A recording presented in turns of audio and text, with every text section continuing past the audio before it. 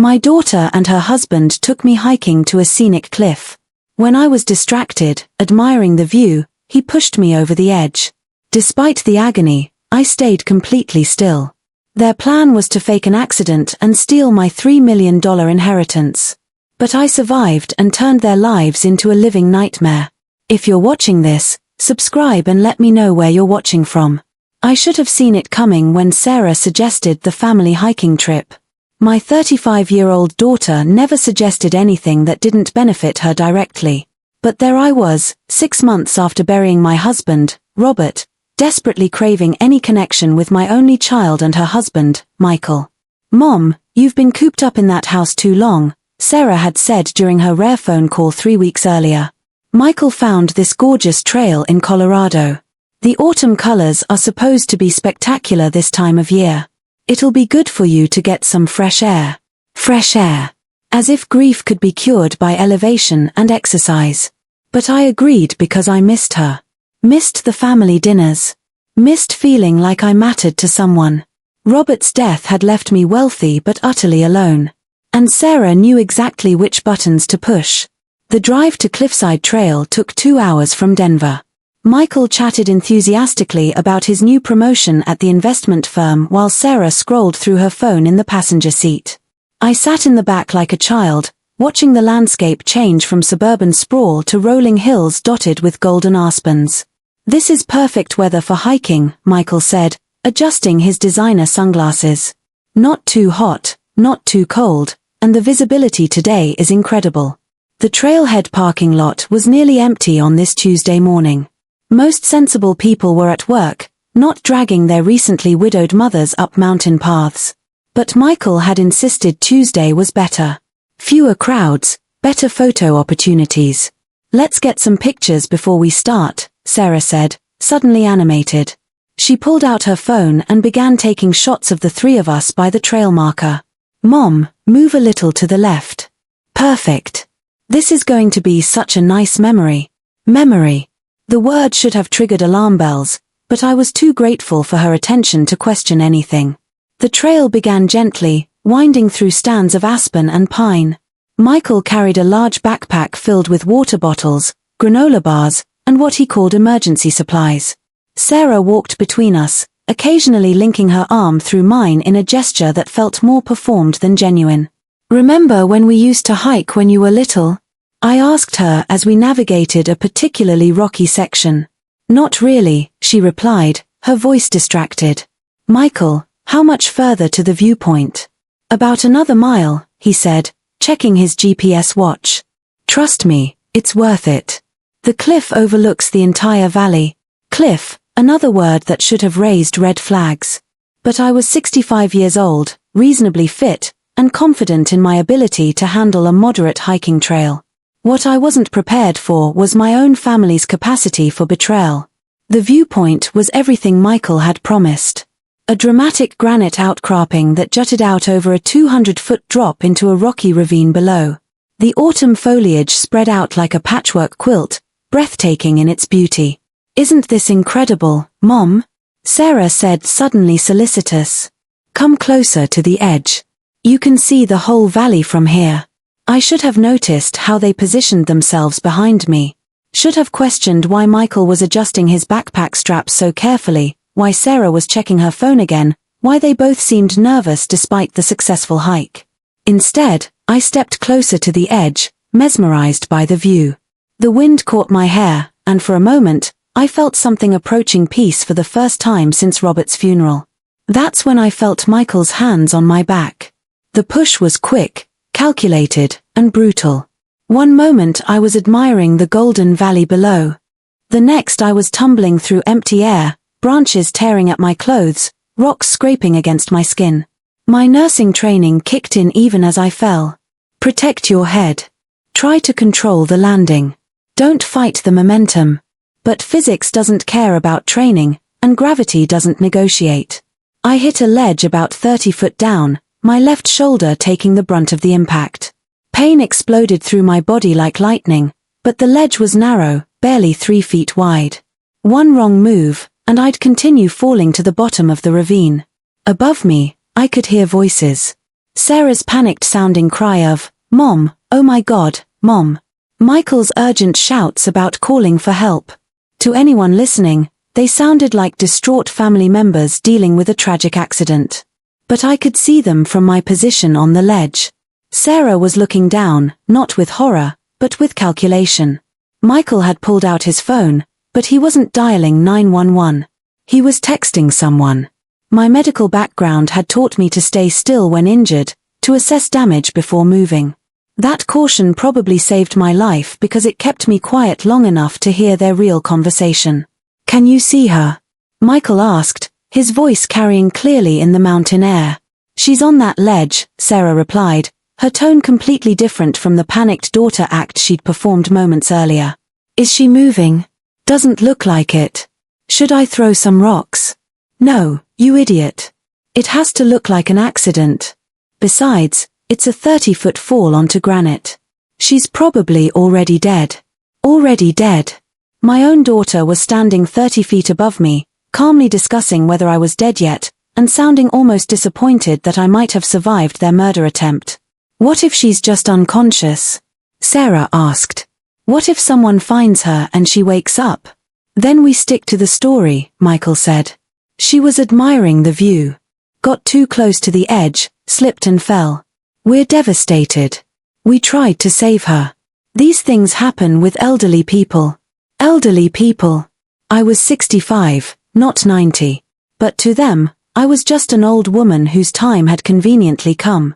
"How long do we wait?" Sarah asked. "Give it another 10 minutes. Then we hike back down and call emergency services. By the time they get here and retrieve the body, we'll be the grieving family." I forced myself to remain perfectly still, even though my shoulder felt like it was on fire and I could taste blood in my mouth. Every instinct screamed at me to call out, to let them know I was alive, to beg for help. But something deeper, some survival instinct born from 65 years of being underestimated, kept me silent. "The lawyer said, the will reading is next week," Michael continued. $3 million in investments, plus the house. We can pay off the credit cards, the mortgage, maybe even buy that place in Aspen you wanted. "What about the life insurance?" Sarah asked. "Another $2 million. This little hiking trip is going to solve all our financial problems. $5 million. That's what my life was worth to them. $5 million and the freedom to live without the inconvenience of an aging mother who expected to be included in their lives. We should probably act more upset when we call it in." Sarah said, "Really sell the tragedy? Don't worry, baby. I've got this. I'll handle the authorities. You handle the tears." They spent another 8 minutes discussing the logistics of their performance, who would call 911, what they would say, how they would explain the delay in reporting my accident. They had clearly thought this through, planned it carefully, chosen this remote location specifically because it would be hours before help arrived. Finally, I heard their footsteps moving away from the edge as they began their hike back to the parking lot. Sarah called out one last time, "Mom, can you hear me? We're going to get help." The concern in her voice was Oscar-worthy, but I was done being their victim. The fall had been meant to kill me, but instead, it had revealed the truth about who my daughter really was, and now I had something they didn't know I possessed. Knowledge of their plan and the burning desire to destroy them with it. The pain in my shoulder was excruciating. But I was alive. I was conscious. And I was angrier than I'd ever been in my entire life. Sarah and Michael had just made the biggest mistake of their lives. They thought they were heading back to collect their inheritance. But they were actually walking into a trap they didn't even know existed yet. It took me 47 minutes to climb off that ledge. Every movement sent waves of pain through my dislocated shoulder. But fury is a powerful anesthetic. My daughter and her husband were probably calling 911 right about now, reporting their tragic accident with practiced grief in their voices. The climb down from the ledge was treacherous, but my nurse's training included basic first aid and emergency procedures. I knew how to splint an arm, how to move with a dislocated shoulder, how to find handholds on rock faces, skills I'd learned in wilderness medicine courses that Robert had encouraged me to take years ago. "You never know when you'll need to save someone's life," he used to say. He just never imagined I'd be saving my own from our daughter. By the time I reached the bottom of the ravine, I could hear sirens in the distance. The emergency vehicles were arriving right on schedule, just as Sarah and Michael had planned. I followed a creek bed that ran parallel to the main trail, staying hidden in the treein until I reached the road about half a mile from the parking area.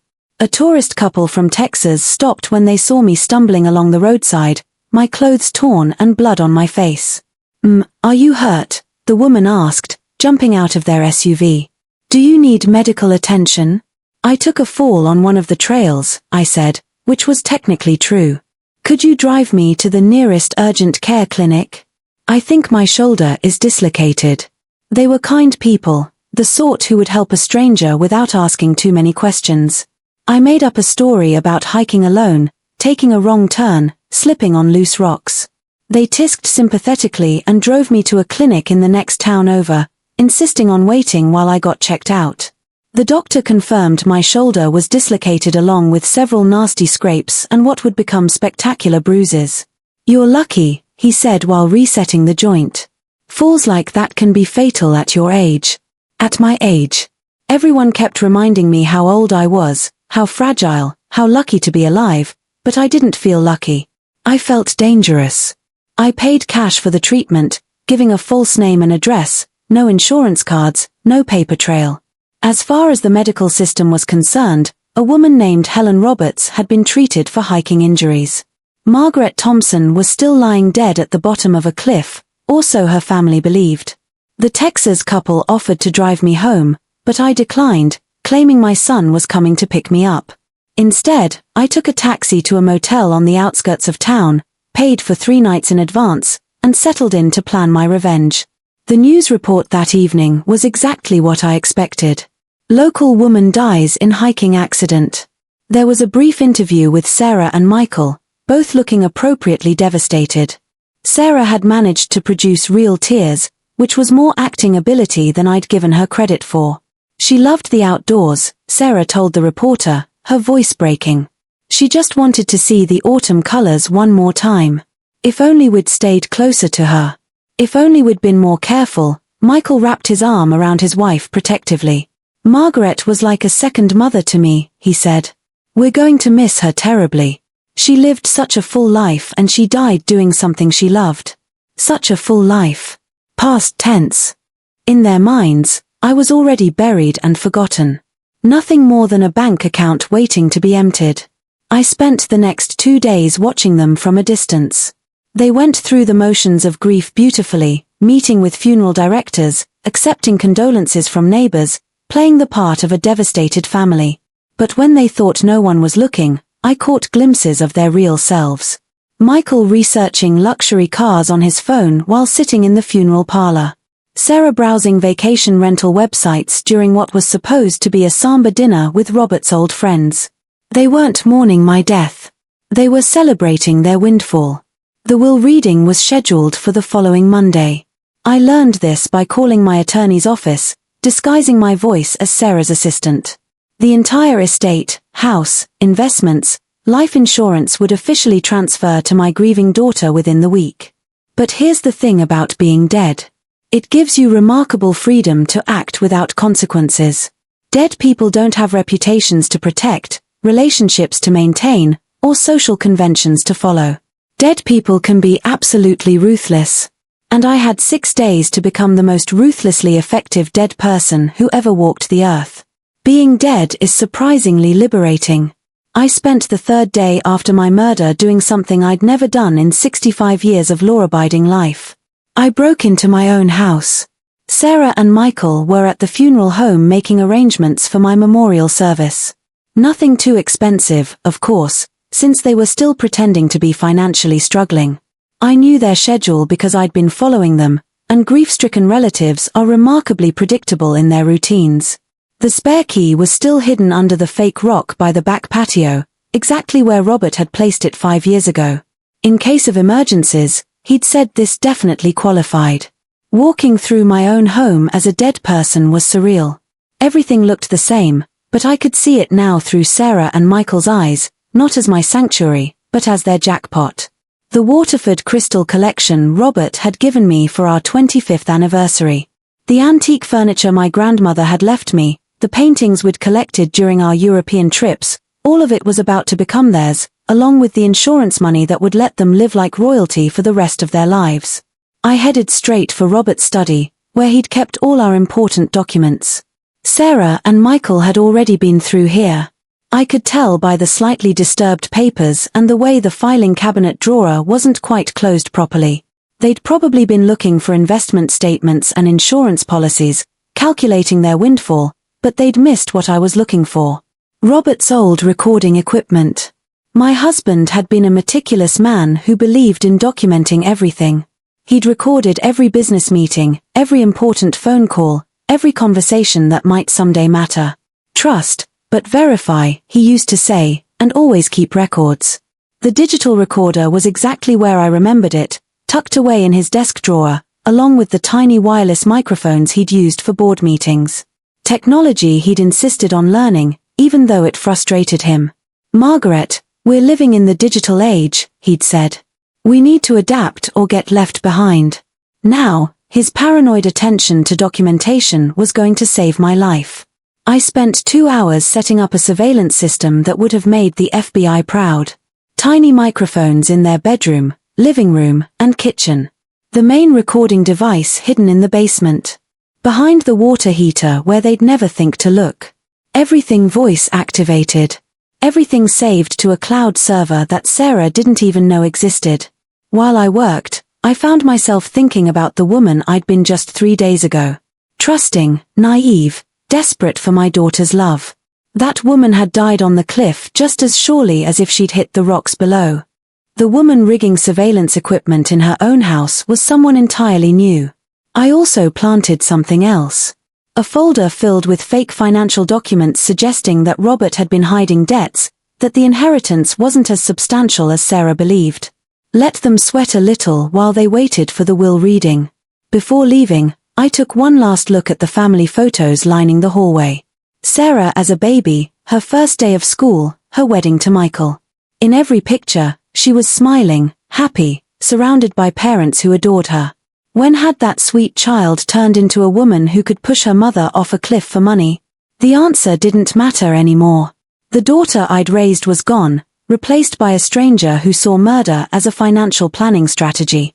And that stranger was about to learn that dead mothers can be far more dangerous than living ones. My phone buzzed with a text message. I'd kept my old phone, knowing Sarah would expect it to be found with my body eventually. The message was from my neighbor, Mrs. Chen.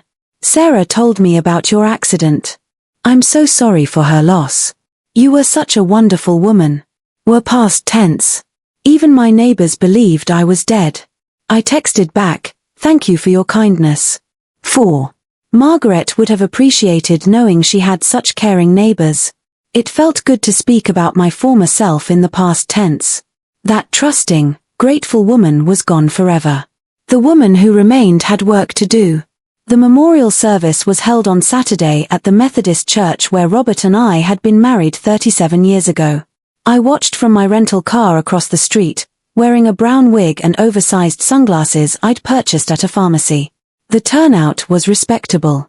About 40 people, mostly Robert's former colleagues and neighbors, who remembered me fondly. Sarah had done a decent job organizing everything, though I noticed she'd chosen the least expensive flowers, and had clearly instructed the caterer to keep costs minimal. Michael gave a moving eulogy about what a wonderful mother-in-law I'd been, how much I'd meant to their family, how the hiking accident had robbed them of precious years together. His performance was flawless, right down to the slight tremor in his voice when he described finding Margaret at the bottom of the cliff, finding me, as if they hadn't pushed me over the edge themselves. Sarah wept beautifully during the entire service. Designer tissues, perfect makeup that ran just enough to look authentic. She'd always been dramatic, even as a child, but this was a masterclass in deception. After the service, I followed the small group back to my house for the reception. Sarah had hired caterers and opened the good wine, Robert's expensive collection that she'd always coveted. I parked 3 houses down and activated the recording system from my phone. Through the wireless microphones I'd planted, I could hear everything. The insurance adjuster is coming Monday, Michael told Sarah as they stood in the kitchen, their voices low. He said it's routine for accidental death claims this size, but he doesn't expect any problems. What about the will reading? Sarah asked. Tuesday at 10 o'clock. Jenkins said it's straightforward. Everything to you as the sole heir.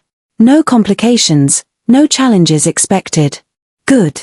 I can't keep pretending to be heartbroken much longer. Mrs. Patterson from next door keeps bringing me castles and asking if I need anything. It's exhausting. I gripped my phone tighter. Exhausting. Playing the grieving daughter was exhausting for her. Once the insurance money comes through, we can pay off the credit cards and start looking seriously at that house in Aspen. Michael continued, maybe take a trip to Europe to help with the grief. They actually laughed at that. My daughter and her husband were standing in my kitchen, drinking my wine, and laughing about their plans to spend my life insurance money on a grief vacation. I do feel a little bad about the hiking thing, Sarah said, though her tone suggested otherwise. Maybe we could have found another way. Like what? Wait for her to die naturally? She could have lived another 20 years, Sarah. 20 years of family dinners and birthday calls and Christmas presents. 20 years of her thinking she had a right to be part of our lives. You're right. And honestly, she was getting more demanding lately. Always wanting to know what we were doing. Always expecting invitations to everything. It was becoming a problem. A problem. I had become a problem that required a permanent solution. The conversation was interrupted by the arrival of more guests. But I'd heard enough. I had them on record discussing the murder, the insurance fraud, their complete lack of remorse. But I needed more than just confessions. I needed evidence that would hold up in court. That's when I remembered the life insurance policy details.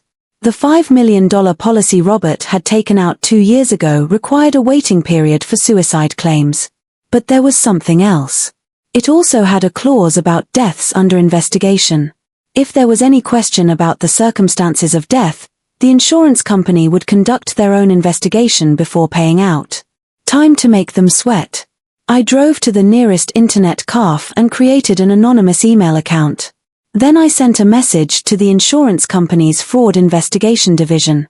You should look more carefully at the Margaret Thompson death claim. Ask her daughter why she took out a cash advance on her credit card the day before the hiking trip.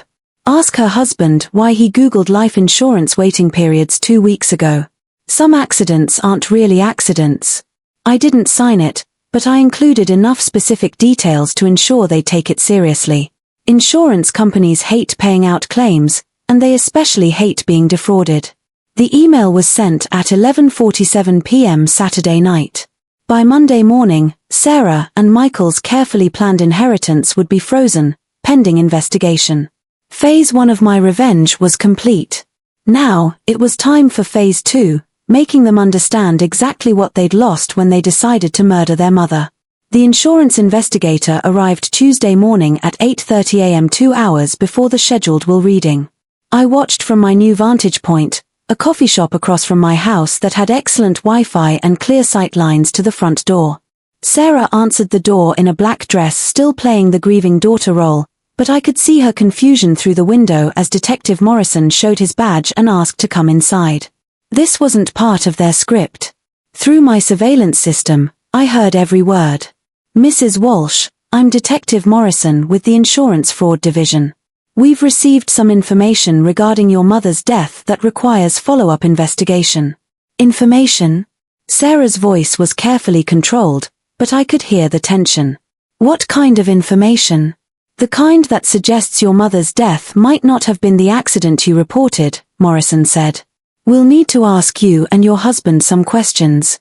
Michael appeared in the background and I could practically feel his panic through the microphone.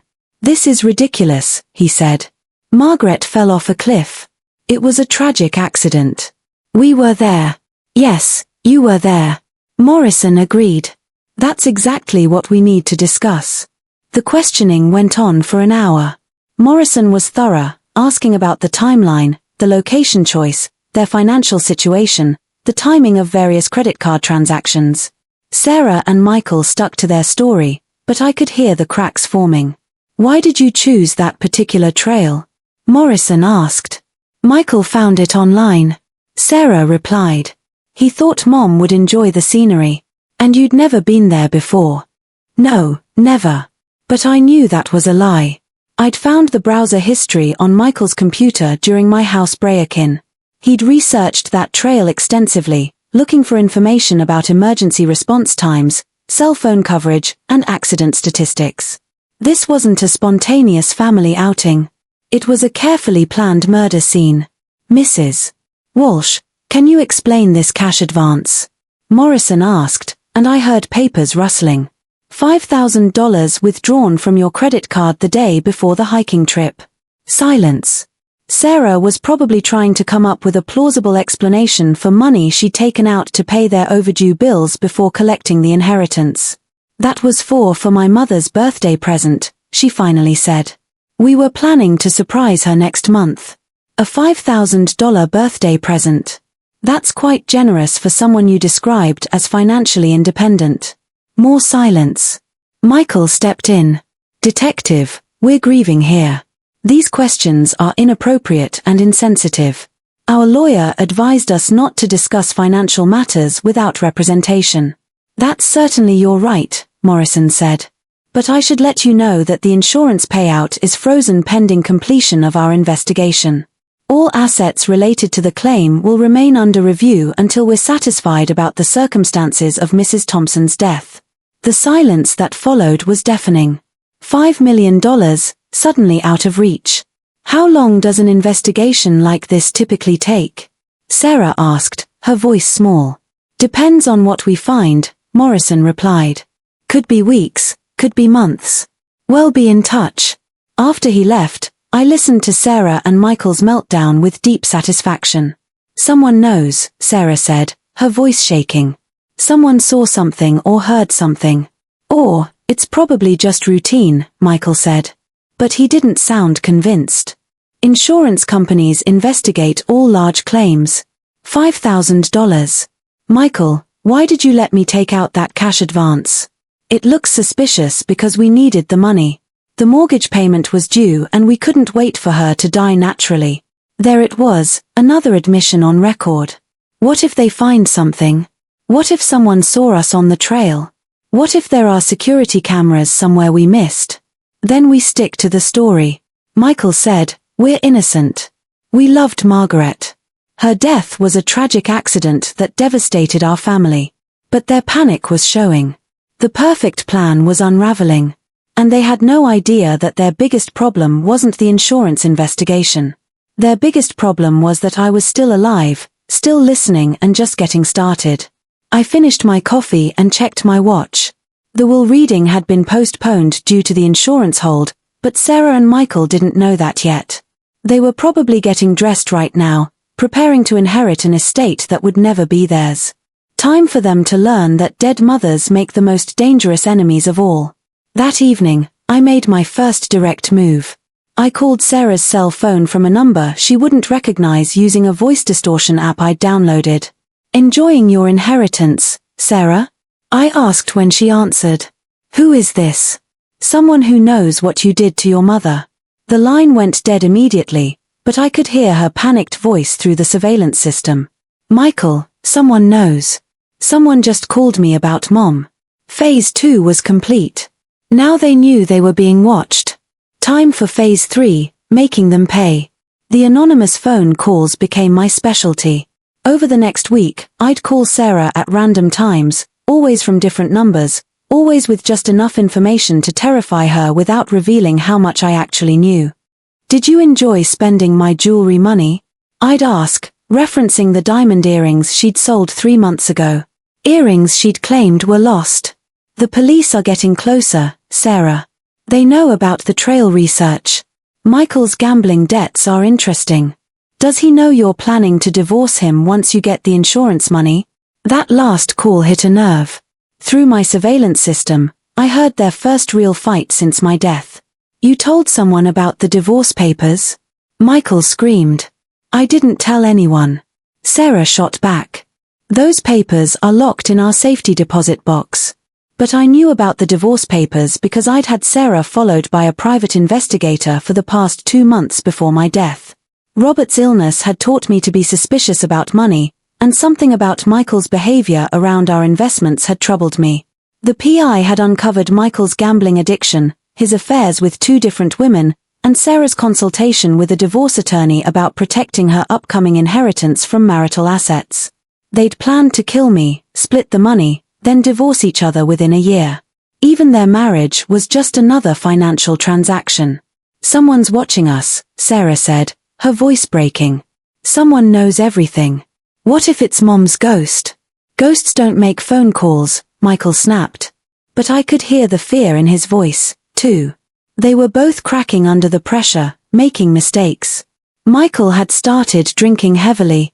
While Sarah was taking anxiety medication, she'd stolen from a friend. Their carefully constructed facade was crumbling. The insurance investigation was expanding, too. Detective Morrison had interviewed their neighbors, their co-workers, even the hiking guide service Michael had contacted, but ultimately decided not to use. Each conversation revealed more inconsistencies in their story. But my favorite development was watching their financial desperation grow. Without the insurance payout, they couldn't cover their bills. The mortgage payment was 3 weeks overdue. Credit card companies were calling constantly. The life they'd planned to fund with my death was evaporating. "We need to take out another loan," Sarah said during one of their late-night arguments I recorded. "Against what collateral? Your mother's house is tied up in probate until the insurance thing gets resolved. Then we sell something. The car, my jewelry, anything. We already sold everything valuable. Sarah, we're broke." It was music to my dead ears. But the real masterpiece came when I decided to visit them in person. Not as Margaret Thompson. She was still dead as far as they knew, as someone else entirely. I'd spent considerable money on a complete appearance transformation. Professional hair dye to auburn, colored contact lenses to change my eye color, makeup techniques to alter my facial structure, combined with a 20 pounds weight loss from stress, and careful padding in the right places, I looked like a completely different woman. I knocked on their door Tuesday evening, introducing myself as Helen Morrison, Detective Morrison's partner from the Insurance Fraud Division. "Mrs. Walsh, I'm sorry to bother you so late, but we have some new information about your mother's case that couldn't wait." Sarah's face went white, but she invited me in. Michael appeared moments later, clearly drunk. "What kind of information?" he asked, swaying slightly. "The kind that changes everything," I said, settling into the living room chair where I'd sat for countless family dinners. "We found something at the bottom of the cliff." The silence was electric. Sarah gripped Michael's hand so tightly her knuckles went white. "What did you find?" she whispered. I reached into my briefcase and pulled out a small recording device.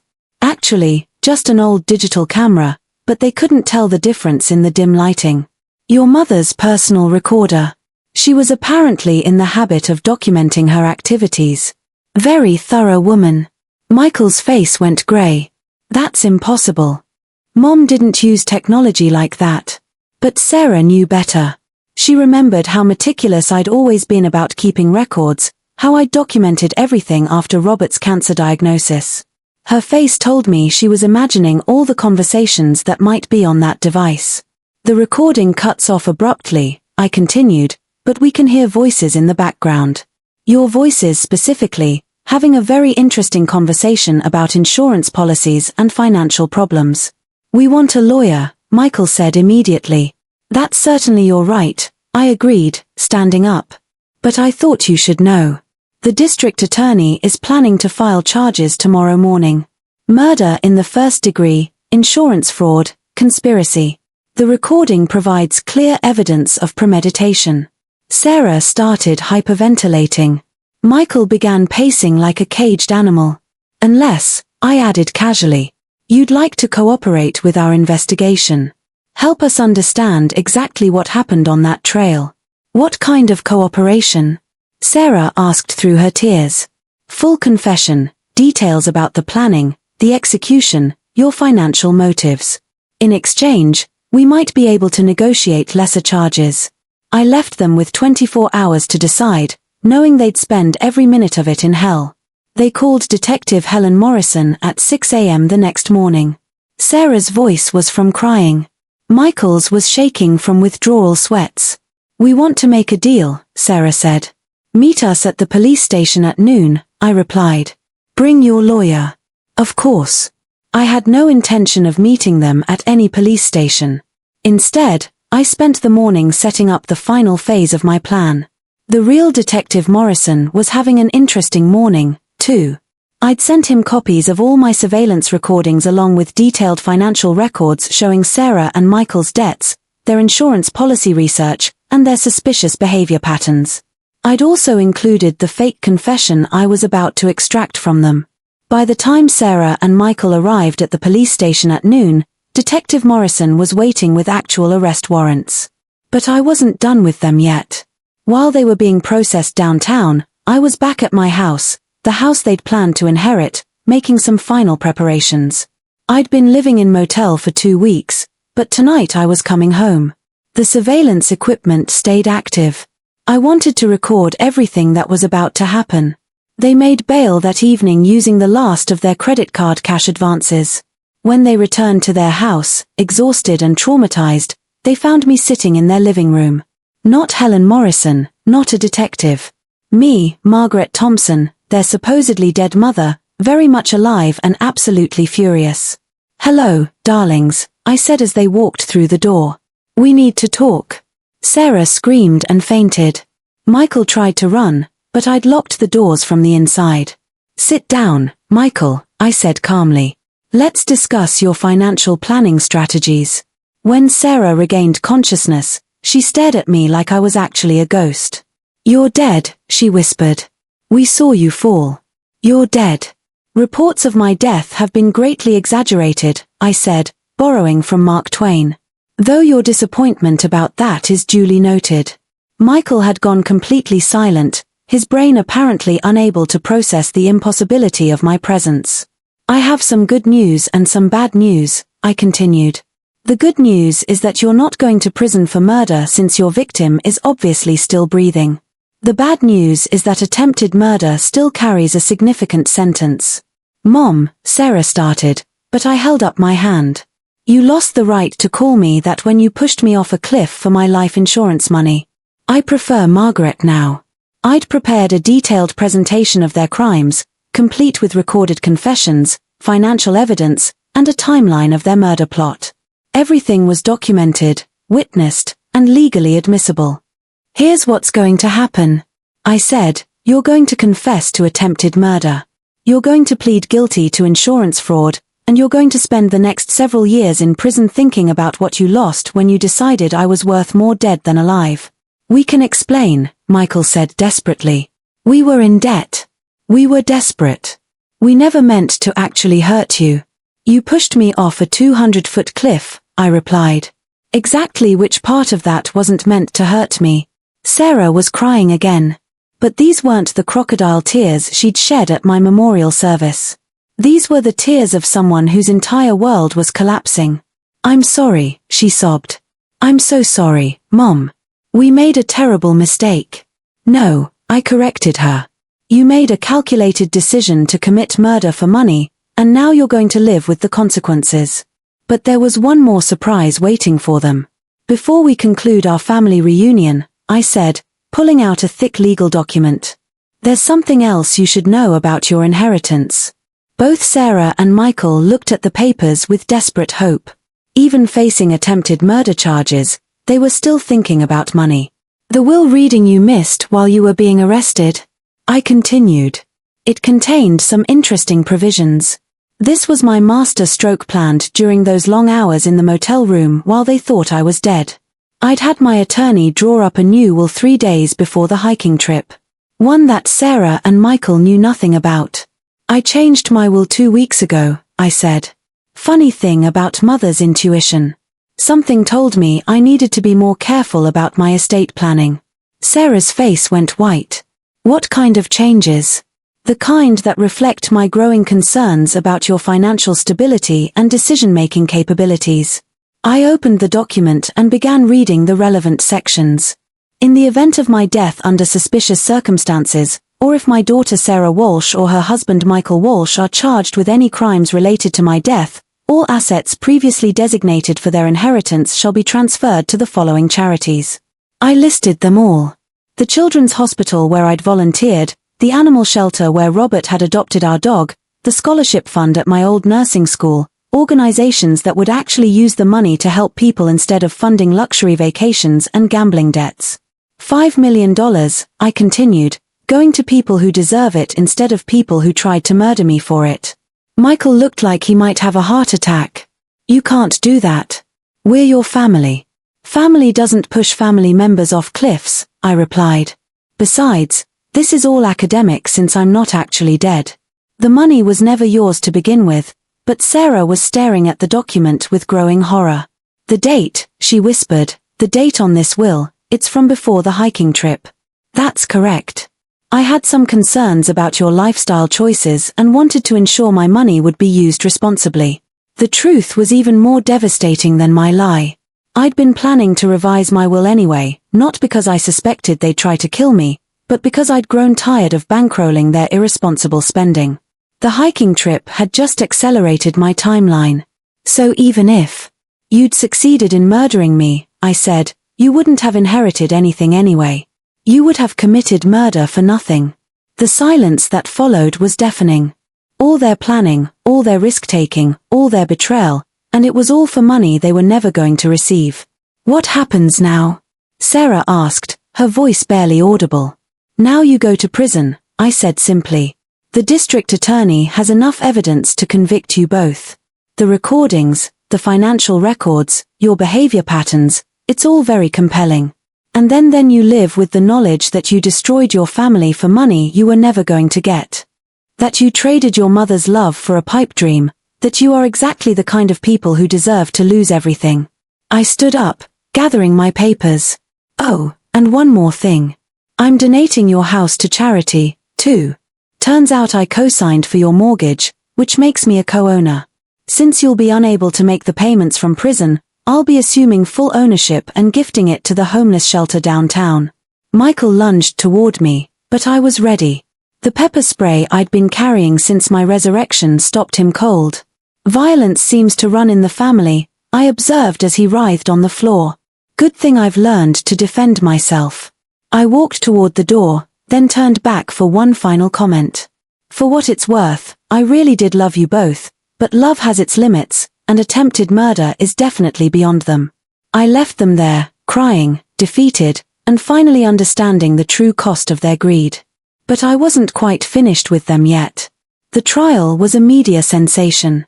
Mother returns from dead to testify against daughter's murder plot made headlines across the country. I gave exactly one interview to a local reporter who'd covered Robert's obituary with unusual kindness. How does it feel to be betrayed by your own child? She asked. It feels like clarity, I replied. For the first time in years, I see people exactly as they are instead of as I hoped they might be. Sarah and Michael's defense attorney tried to argue temporary insanity, financial desperation, even claimed I'd driven them to it through emotional manipulation. None of it worked. The recordings were too clear, the evidence too overwhelming. But the real revelation came during Sarah's testimony. Why did you decide to kill your mother? The prosecutor asked. Sarah's answer shocked everyone in the courtroom, including me. Because she was going to cut us off anyway, she said, her voice flat and emotionless. She'd been asking too many questions about our finances, making comments about our spending. I knew she was planning to change her will. The prosecutor pressed further. So, this wasn't just about inheriting her money. No, it was about getting it before she could give it away. Mom was always threatening to donate everything to charity if we didn't shape up. We couldn't risk waiting. I sat in the witness gallery, stunned. They hadn't killed me for my money. They'd killed me to prevent me from giving it away. The very act of trying to teach them financial responsibility had convinced them that murder was their only option. Did you consider simply improving your financial management instead? The prosecutor asked. Sarah laughed bitterly. Have you seen the bills we had? The debt. We were drowning. Mom's money was the only way out. And you never considered asking her for help directly. She would have said no. She was always lecturing us about living within our means, about taking responsibility. She never understood that some of us don't have the luxury of perfect financial planning. The luxury.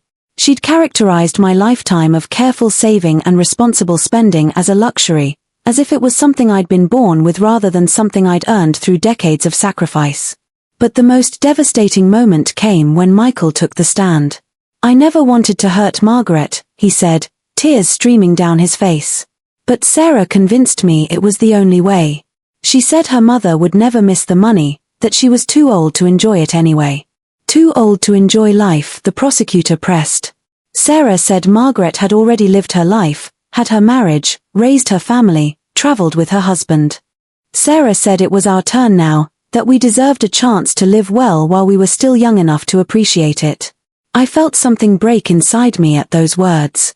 My daughter had convinced her husband that I was finished living, that my remaining years were worthless compared to their desire for immediate gratification. But Michael wasn't done. The worst part is Sarah was already planning to divorce me once she got the inheritance. I found the papers in her purse while we were waiting for the insurance investigator. I was going to help her commit murder, and she was going to take all the money and leave me anyway. The courtroom erupted. Sarah screamed at Michael, calling him a liar. Michael screamed back, accusing her of manipulating him from the beginning. Their defense collapsed into mutual accusations and finger-pointing. I watched my daughter and her husband destroy each other with the same viciousness they'd tried to use on me, and I felt nothing but cold satisfaction. The jury deliberated for less than 3 hours, guilty on all counts.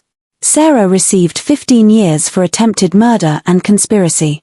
Michael got 12 years for his cooperation and slightly lesser role in the planning. Both received additional sentences for insurance fraud and identity theft. As they were led away in handcuffs, Sarah turned to look at me one last time. "I hope you're satisfied," she said. "I am," I replied. Finally. But there was still one more chapter to this story. 6 months after the trial, I did something I'd never done in my entire life. I threw myself a party. Not a birthday party or anniversary celebration, but a still alive and loving it party. I invited everyone who'd supported me through the trial. Detective Morrison, my attorney, the neighbors who'd testified on my behalf, even the Texas couple who'd helped me after my fall. We gathered in the backyard of my house, the same house Sarah and Michael had planned to inherit. I'd had it professionally redecorated, removing every trace of their presence. It finally felt like home again. You know what the funny thing is? I told my assembled guests during my impromptu speech. Being pushed off that cliff was the best thing that ever happened to me. They laughed, thinking I was joking, but I was completely serious. For 65 years, I defined myself by how much other people needed me. I was Robert's wife, Sarah's mother, everyone's helper and supporter. I measured my worth by how useful I was to my family. I raised my glass of champagne, the good stuff that Sarah had always admired but never been offered. But dead people don't have to be useful. Dead people don't have to be accommodating or grateful or endlessly forgiving. Dead people can be absolutely ruthless in pursuit of justice. Detective Morrison stood up. "To Margaret Thompson," he said, "the most dangerous dead woman I've ever met." To Margaret Thompson, everyone echoed. Later that evening, after the guests had gone home, I sat on my back deck watching the sunset and thinking about the strange journey that had brought me here. I'd received dozens of letters from other elderly people who'd seen the news coverage. Stories of financial abuse, emotional manipulation, family members who saw inheritance as an entitlement rather than a gift. My case had apparently inspired others to seek help, to set boundaries, to refuse to be victims. I'd also been contacted by 3 different publishers wanting to buy the rights to my story. Movie producers, documentary filmmakers, even a Broadway composer interested in turning my resurrection into a musical. But the most meaningful contact came from an organization that helped elderly abuse victims. They wanted me to become a spokesperson to share my story as a way of encouraging others to fight back against family exploitation. "You've shown that being old doesn't mean being powerless. The director told me your story gives people hope." Hope. Not something I'd expected to be dispensing at 65, but I liked the idea. My phone rang, interrupting my thoughts. The caller ID showed the state prison number. Margaret Thompson, the automated voice said. You have a collect call from Sarah Walsh.